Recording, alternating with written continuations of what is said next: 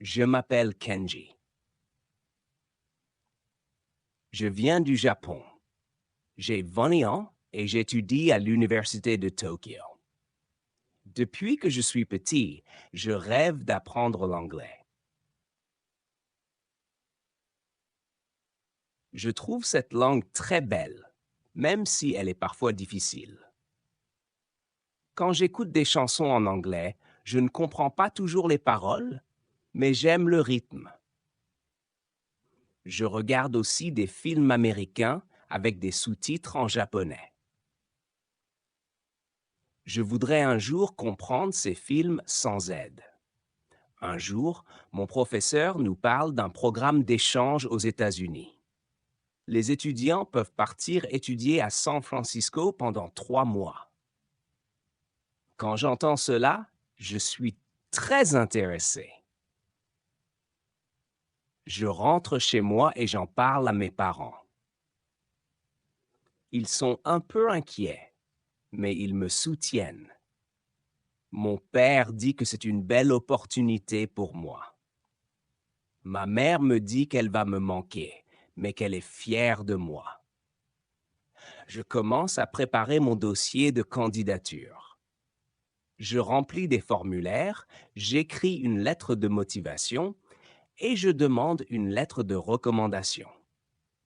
Je passe aussi un petit test d'anglais. Après quelques semaines, je reçois une bonne nouvelle. Je suis accepté. Je suis très heureux. Je saute de joie et j'appelle mes amis pour leur annoncer la nouvelle. Les jours passent vite. Je prépare ma valise et j'achète un adaptateur pour les prises américaines. Je range mes vêtements, mon ordinateur portable et mon dictionnaire anglais-japonais.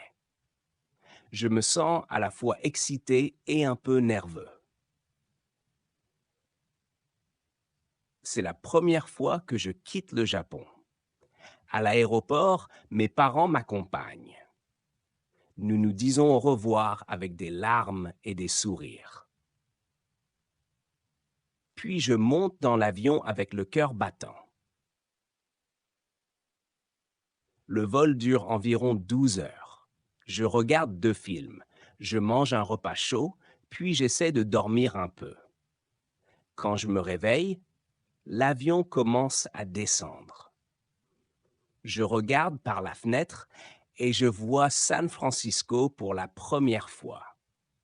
Je me dis, c'est le début d'une grande aventure.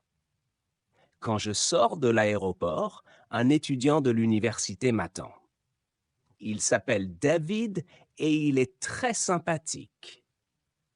Il parle doucement pour que je puisse le comprendre. Il me conduit en voiture jusqu'à l'université. Sur le chemin, je regarde les rues, les bâtiments et les voitures. Tout est nouveau pour moi et j'ai l'impression d'être dans un film. L'université est immense. Il y a de grands arbres, des bancs, des cafés et beaucoup d'étudiants qui parlent anglais.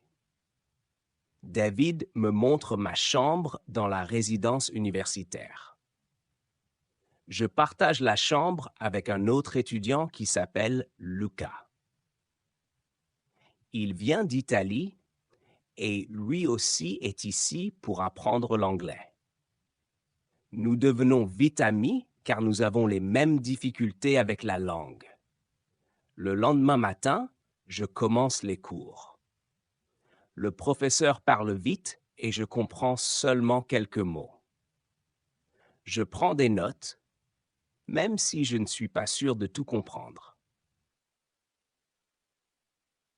Je me dis que c'est normal et qu'avec le temps, je vais progresser. Les autres étudiants viennent de différents pays, du Brésil, de la Corée, de la France et de l'Inde. Nous parlons tous en anglais même si chacun fait des erreurs. Mais nous sommes là pour apprendre, alors nous nous aidons. Chaque jour, j'apprends de nouveaux mots. Je regarde des vidéos éducatives sur YouTube. Je répète les phrases devant le miroir. Je lis des livres simples avec images. Je commence à comprendre un peu plus chaque jour. Lucas et moi faisons des jeux de rôle pour pratiquer l'anglais. Parfois, nous rions beaucoup à cause de nos fautes, mais cela rend l'apprentissage plus amusant. Le week-end, nous visitons la ville. Nous allons voir le Golden Gate Bridge. Nous prenons le tram et nous mangeons dans des fast-foods. Je goûte pour la première fois un vrai hamburger américain. C'est différent de ce que je mange au Japon. Un jour, je dois faire un exposé devant la classe. Je choisis de parler du Japon et de sa culture. Je prépare mes phrases avec soin et je répète plusieurs fois à voix haute. Le jour de la présentation, je suis un peu stressé, mais je respire profondément.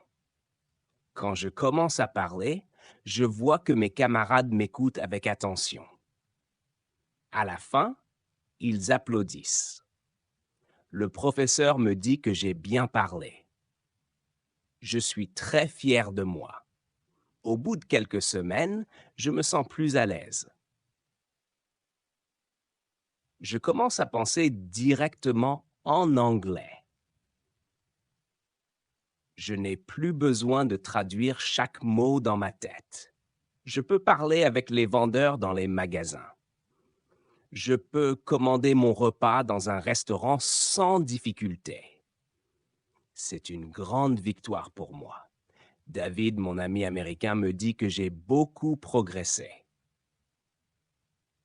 Il me propose d'aller à une soirée avec ses amis. Au début, je suis timide, mais je décide d'y aller. Je rencontre des étudiants américains. Ils parlent vite, mais ils sont très patients avec moi. Nous jouons à des jeux et nous parlons de nos pays. Je comprends de plus en plus et je me sens intégré. Le temps passe très vite. Je vis une expérience incroyable. Je découvre une nouvelle culture, de nouvelles personnes et une autre manière de penser. Je me rends compte que le monde est grand, mais que nous avons tous des points communs.